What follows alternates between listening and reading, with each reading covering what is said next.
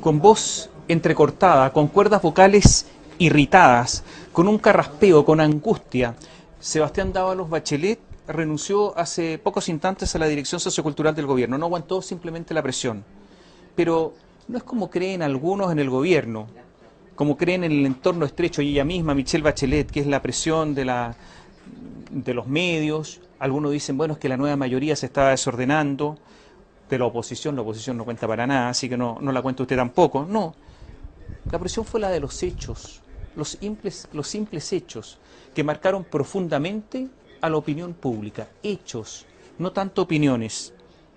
En un gobierno donde el lucro se mira con lupa, él, su esposa técnicamente, él, se transformó manotazo mediante en el grupo del 1% más rico de Chile. Si hasta hace un tiempo Dávalos Bachelet era una persona modesta, de clase media, hoy está en el 1% más rico del país. Y usted podrá optar, o es una persona extremadamente capaz y trabajadora, o, o lo otro.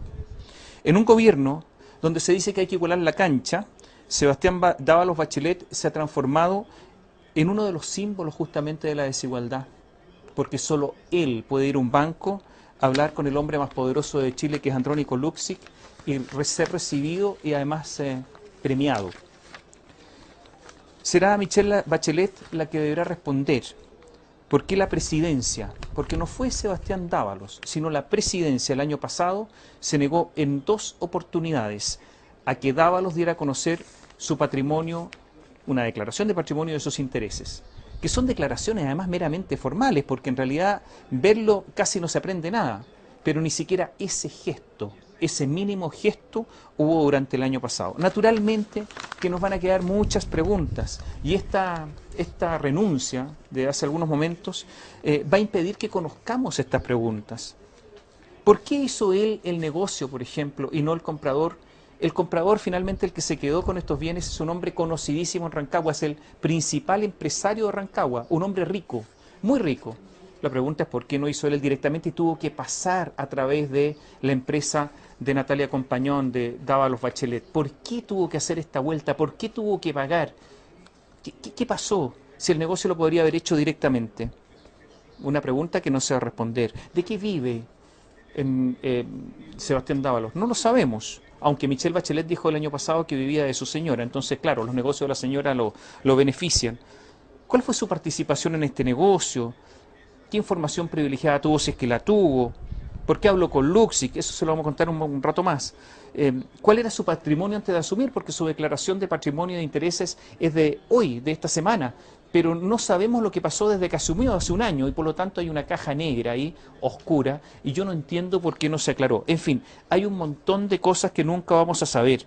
No vamos a saber cuáles son los intereses y patrimonio de su cónyuge en los que él tiene participación, o por qué no declaró cuáles son los bienes, participaciones y patrimonio, incluidos sus cuentas y depósitos bancarios de él y su cónyuge, para tener claro todo. No, nunca vamos a saber esto con esta renuncia. Quedan muchas preguntas, pero quedará también en la conciencia pública, este silencio enorme, un silencio casi de, no diría de funeral, sino de cementerio, un silencio sacrosanto del Partido Socialista.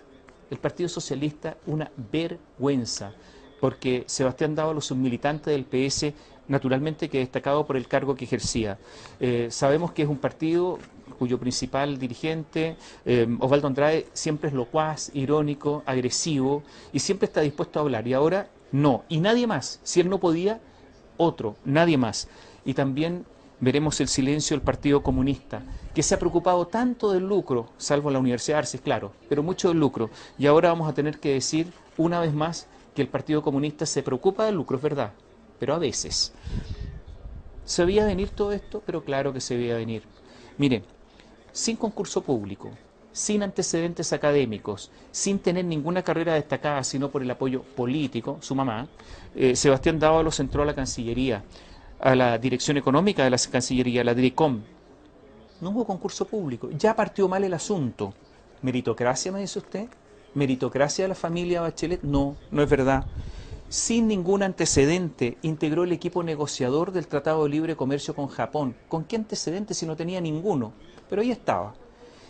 Y estando en ese cargo, Su esposa es la misma figura, se da cuenta la esposa siempre.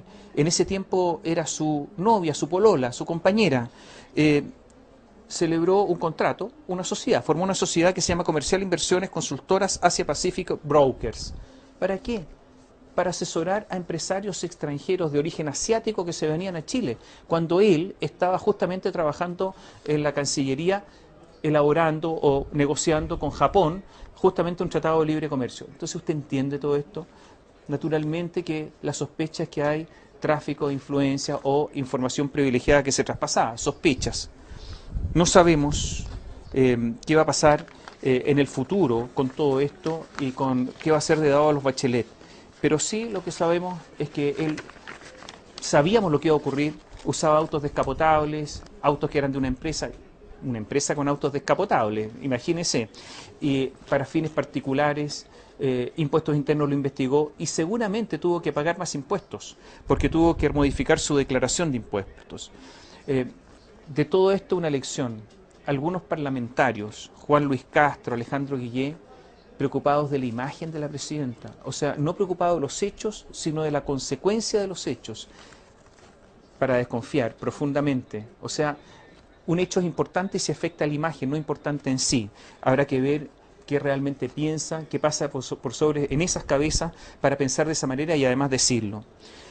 Pero todo esto habría sido imposible sin un personaje principal que dio la plata, Andrónico Luksic. Andrónico Luksic es el hombre más rico de lejos, por lejos digo, de Chile y además el hombre más poderoso de Chile. Financia la política, Banco de Chile financia la política, la corredora Banchile, que es la corredora del Banco de Chile, financia la política. Inversiones Río Azul, que es de él, financia la política. Unitron financia la política. La minera Esperanza, Pelambre, financia la política. Antofagasta Minerals también hace lo mismo, están todos ligados a él. Y por lo tanto un hombre poderoso se ha dado cuenta que en todo este lío en que él recibió a Sebastián Dávalos, nadie habla de Luksic porque le tienen temor, porque le van a pedir favores futuros, porque le deben favores, pero sin él, personaje principal, que financió la empresa de Natalia Compañón y financió quien les compró el terreno finalmente, los financió todos, de él no se habla prácticamente nada. ¿De dónde viene Alberto Arena? De las empresas de Luksic. ¿De dónde viene Nicolás Izaguirre? De las empresas de Luksic. ¿De dónde viene Máximo Pacheco? ¿De dónde viene, se acuerda de René Cortázar? Bueno, suma y sigue. Luksic además tiene un montón de frentes abiertos. Recordemos Alto Maipo con la empresa hidroeléctrica, recordemos el terminal portuario de Antofagasta y todas las protestas que hay. Recordemos los juicios que se llevan, investigaciones que se llevan en estos momentos en el Tribunal de Defensa de la Libre Competencia, la Fiscalía Nacional Económica, por el transporte naviero de automóviles a Chile, donde se autodenunciaron por colusión, al igual que las empresas de asfalto. Fíjense que hay un último dato. Cuando el representante de la empresa llamó a las secretarias de Luksic, ellas se llaman María Teresa Rázuriz y Jimena Valenzuela, llamó a las secretarias para pedir la audiencia, dijeron, mire, don Andrónico no tiene problemas, los va a recibir, pero le agradaría muchísimo que estuviera Sebastián Dávalos. Fue Luksic el que pidió que estuviera Sebastián Dávalos, y él es responsable porque él aceptó, y por lo tanto así se crean estas relaciones, entonces le hizo el favor personal. Y eso es lo que fue. Naturalmente que Eric Parrado, el superintendente de bancos, dijo que estaba todo bien. O sea, lo que está diciendo Parrado, que es un superintendente, imagínense, de la exclusiva confianza de la mamá del que tiene que investigar, que es a Dávalos. O sea, aquí no hay vuelta. Uno tiene que colegir, que entender que el BCI, que el Scotiabank, que el Ban Sander fueron todos unos bancos idiotas que no le prestaron la plata porque era un excelente negocio y que por lo tanto el Banco de Chile con Luksic a la cabeza, que fue ahí una especie de agente de cuenta, digamos, fue el que tenía la razón. Michelle Bachelet, finalmente. Michelle Bachelet tuvo una gran oportunidad. Los presidentes en Chile tienen mucho poder. Pudo haber revertido el negocio. Pudo haberle dicho, Sebastián, revirtamos esto. Pudo haberle dicho al comprador, revirtamos esto. Se podría revertir. Los presidentes lo pueden hacer. Y más aún en esta situación en que había un hijo involucrado. No lo hizo. Perdió una gran oportunidad Michelle Bachelet. Estuvo 7 días cara a cara con Natalia Compañón y con su hijo en Caburgua, porque están juntos. 7 días en que evidentemente este fue el único tema que hablaron.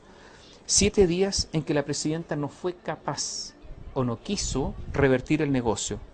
7 días en que Michelle Bachelet, digámoslo crudamente, dudó entre la institucionalidad, el orden público económico y una serie de cosas, y su hijo. Naturalmente que es entendible todo esto de las emociones, pero es repudiable desde el interés de todos los chilenos. Bio Bio